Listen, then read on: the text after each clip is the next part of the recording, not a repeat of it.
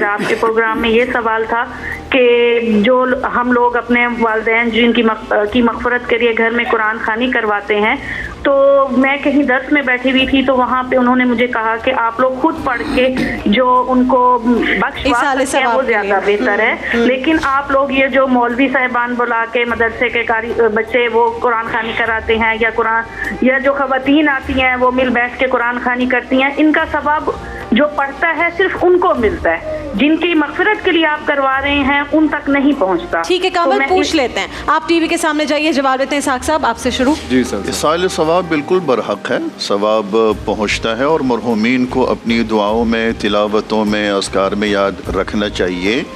और वो इसाले सवाब बेटे भी कर सकते हैं, दोस्त अहबाब भी कर सकते हैं, कोई थर्ड पर्सन कोई और भी कर सकता है। तो मेरे ख्याल में कहना मुनासिब नहीं है कि मदरसे के बच्चों को बुला लिया तो वो सवाब नहीं पहुंचेगा, वो भी पहुंचता है। उनके पैरों की बरकत आएगी, बिल्कुल पैरों की बरकत आएगी। और अमाल का दारोमदार नियतों पर है, उनकी नियत ही यही है कि सवाब पहुंचाना है। बिल्कुल ऐसा ही है और कोई हरज नहीं है उसमें, इतनी ज़्यादा पाबंदियां नहीं होनी चाहिए। हमारे उलमा अलबत्ता ये ज़रूर कहते हैं कि उसमें पाबंदी नहीं होनी चाहिए। जैसे हमारे यहाँ होता है कि कोई कुरान ख़वानी में नहीं आया तो उससे नाराज़ हो गए, ये पाबंदी नहीं होनी चाहिए।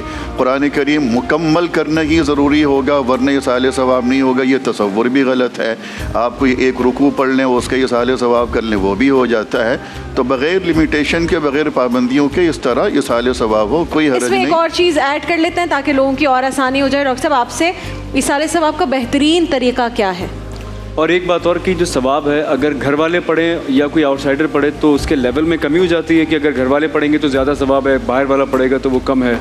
बिस्मिल्लाहिर्रहमानिर्रहीम। देखिए, इबादात का जो मामला है वो तौक़ीफ़ी है, यानी अल्लाह रब्बुल आलमीन ने अपने हबीब जनाब नबी करीम सल्लल्लाहु अलैहि वसल्लम के ज़रिए उम्मत तक इबादात का जो तरीक़ा बयान फरमाया है, हम उसे इबादत समझते हैं।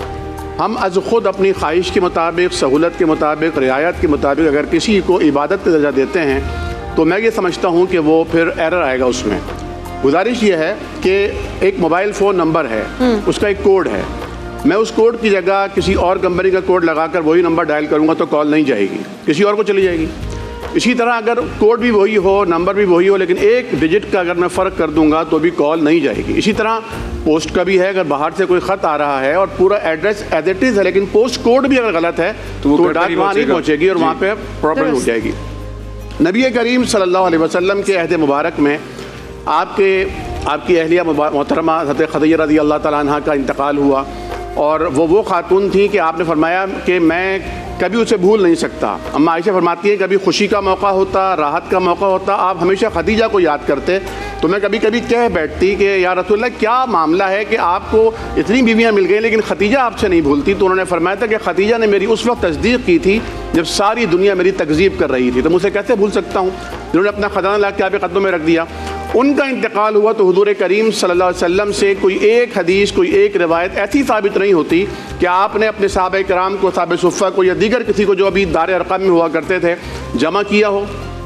जितनी वही नाजिल हो चुकी है वो वही वहाँ पर पढ़ी गई हो, कुरान करीम की तिलावत हुई हो या सब में बैठ कर वहाँ पर सुबहान अल्लाह या ला इलाहा इल्लल्लाह या ला इलाहा इल्ला अंता सुबहानक गुठलियों पर पढ़ा हो, ऐसा कोई अमल शरीयत से साबित नहीं होता। हाँ, हमारे यहाँ ये रिवाज चला आ रहा है कि जब कोई फौत हो जाता है तो फिर फौरी तौर पर वो गुठलियाँ भी आ जाती हैं, कुरान के नुस्खे भी आ जाते हैं, लेकिन सब जानते हैं, देखने वाले भी और जो यहाँ मौजूद हैं वो भी, कितने लोग कुरान पढ़ रहे होते हैं और कितने लोग वो फिर पढ़ रहे होते हैं। बचपन के अंदर जब हम कभी किसी मदरसे में पढ़ा करते थे और बच्चों के साथ जले जाते थे, कारी साहब लेके जाते थे, तो भी मैं गवाह हूँ इस बात का कि कितने बच्चे 2-2, 3-3 पारे ऐसे उठा के रख देते थे कि हमने पढ़ ली है, और 3-3, 4-4 इस तरह अपनी यानी बालिश में उठा के रखते थे कि हमने पढ़ ली। मासूम है और उनके ऊपर तो कदम भी उठा लिया गया ना उनसे। तो मेरे कहने का मतलब ये है कि देखिए, अगर किसी ने कहा था ना कि अगर अपने बच्चे की तबीयत ख़राब होती है और वो रोता है तो इंसान के दिल में दर्द होता है, और किसी गैर के बच्चा रो रहा हो तो सर में दर्द होता है।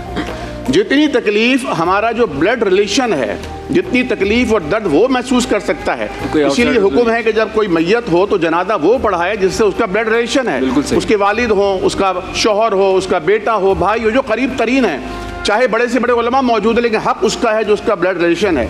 क्योंकि जो दर्द उसके अंदर होगा वो दर्द किसी और में नहीं हो सकता। बिल्कुल सही है, बिल्कुल। तो बैन ही जिसके यहाँ ये हादसा हुआ है वो तो बाहर खड़े होकर छुट्टा लगा रहा है, वो जो खवातीन हैं वो मेहमानों को रिसीव करने में और उनके खाने पीने के एहतमाम में लगी हुई हैं, और बाकी आए हुए लोग जो हैं वो कुरान खानी कर रहे हैं, और फिर कुरान भी पढ़ा जा रहा है बगैर समझे और बगैर तरतील के और बगैर तजवीद के कवायद की खिलाफ वर्जियों के साथ। तो मैं नहीं समझता कि हम शरीयत की खिलाफ वर्जी करके इस तरह कोई सवाब मुंतकिल करेंगे। हाँ, ईसाले सवाब है, और नबी करीम ने फरमाया इज़ा मातर इंसान इनक़ता अन्हु अमलुहु, इंसान फौत होता है लेकिन सवाब जारी रहता है। सदक़तिन जारियतिन वलदिन सालिहिन यदउ लहु औ इल्मिन युंतफ़अ बिन्नास, जिस किसी को उसने नेकी का काम बताया, उसने नेकी के काम पर अमल किया, जब तक वो अमल चलता रहेगा सवाब पहुँचता रहेगा।